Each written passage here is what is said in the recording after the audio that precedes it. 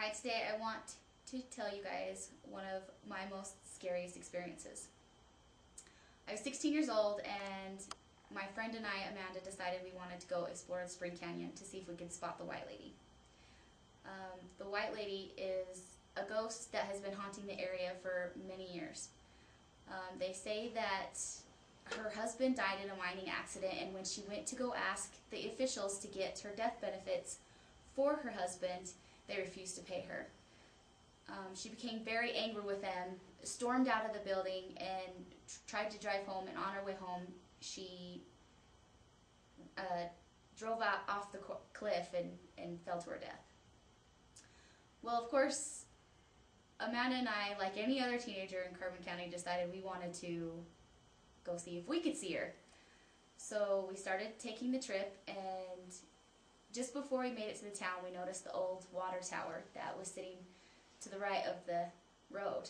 And we kind of slowed down. I don't know why, because we'd never really been there. We didn't know where all the story started, but we thought, well, we'll just sit there for a minute. And as we'd slowed down, a flash of purple light just like lit the whole entire water tower. We both looked at each other and was thinking, oh my gosh, I can't believe that that just happened. Did you see that? And my friend even said, yeah, I saw it too, but I even saw a face. Did you see the face? And we were like, oh my gosh. So we kind of freaked out a little bit. We were thinking, well, we should go up, but I don't dare. Let's just turn around. We turned around and decided we wanted to call for backup. So we called our friend that lived just down the street and asked him if he would come with us. We went and picked him up and started our way back up. He started explaining to us like some of the stories. Since he lived in Helper, he knew more about what went on and where all the stories were, and so we kept listening to all the stories. And he says we might not even make it to the town because there's a gate that closes the road and people can't get through. Most of the time they have it closed. Well, we get to the gate, and to our surprise, it was open. So we were like, yes, this is awesome. We're gonna go. We'll be able to go find her. So we kept going, and as we went through the gate, it just all of a sudden the moon just like came out of the clouds, and everything just like started glowing. We could see all the buildings. He started pointing out some of these buildings that people have spotted the White Lady at, and just telling us all the stories about it. He also started to tell us about a guy that actually lives up there and is still living up there. How he hates how all these people always come up there, and he gets pretty ornery. So we were like, okay, well, maybe we won't go as far as his house. Well, we kept going because we didn't know exactly how far it was, and we finally noticed the house up on the top of the hill, and there was lights on. Well, we looked up and noticed that there was a figure in the window, and he had his hands like this, so we thought, oh my gosh, he's got binoculars looking at us. So we just decided, okay, we've gone too far, maybe we should turn around before he comes after us. So we start to turn around, and we just kept talking about, oh my gosh, this guy is so freaky. And both my friends turned around just before we turning the corner to see if he was still looking at us, and they were like, oh my gosh, he is still looking at us. And as we were turning the corner, I didn't expect it to be slick or anything, because the ground wasn't wet, there wasn't any snow near us, but my car started to slide. Well, being the 16-year-old that I was, I slammed on my brakes. And we all know that just makes it worse. My car just went, the back end just kind of slid back, and then we hit the cliff. And the next thing I know, we're falling. I could feel myself rolling down the hill. I couldn't see anything. I must have closed my eyes because, everything went black. I could feel it, but I couldn't see anything. It was just the craziest moment. Well, when we stopped, my car landed on its side, on the passenger side, and I was dangling there, in my my seatbelt, and I tried to open the door and I couldn't. So I looked down and I saw my friends and I was like, "Are you guys okay? I'm so sorry. I feel so bad." And they were like, "Yeah, we're okay. Let's just get out. I just want to get out of here." And so we had to climb through the window. When we got out the window, we just kind of looked at the car like, "What are we gonna do now? Oh, this is just so scary." We're in Spring Canyon, the ghost town where everybody goes to try and freak themselves out, and we're sitting in the middle of it, not in a car, nothing.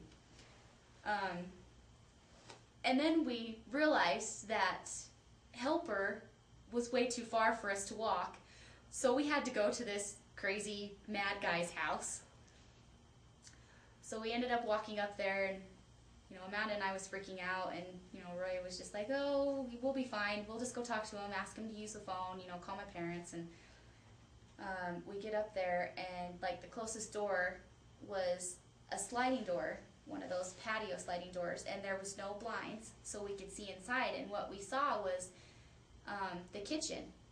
He had like a little island sitting in the middle of it, and there was this lady that was facing us, chopping away at her vegetables.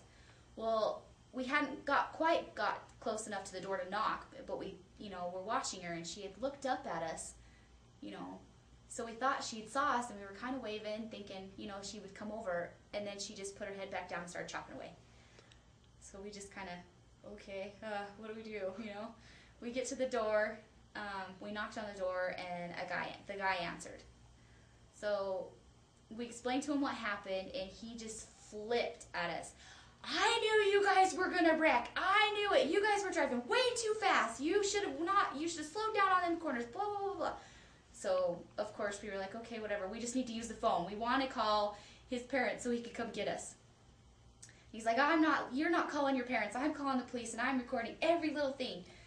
So, sure enough, he really didn't even let us listen to what he said. He just like kind of went into another room and, was calling these cops, and he came back in and he's like, "Well, they said they were going to call when they get close."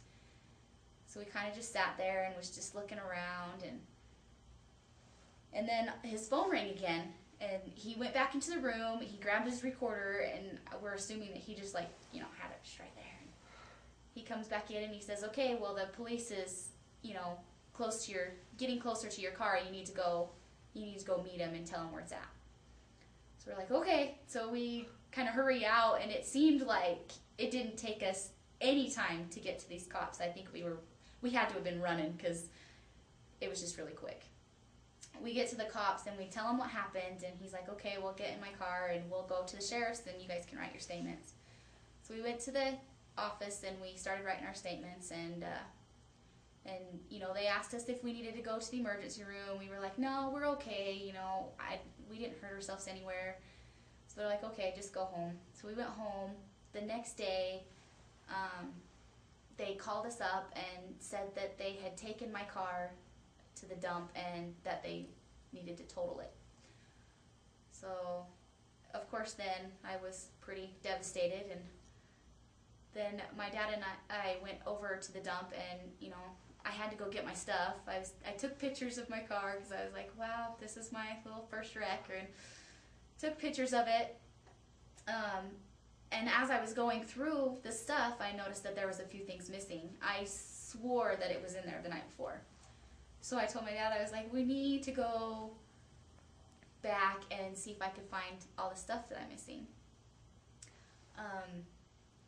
So he's like, "Okay, we'll go then." And we ended up going up there, and the craziest thing was as we were going up to where I had fallen, just the few feet before, and a few feet after where we had fallen, if we had fallen any time before where we did, we would have honestly probably died.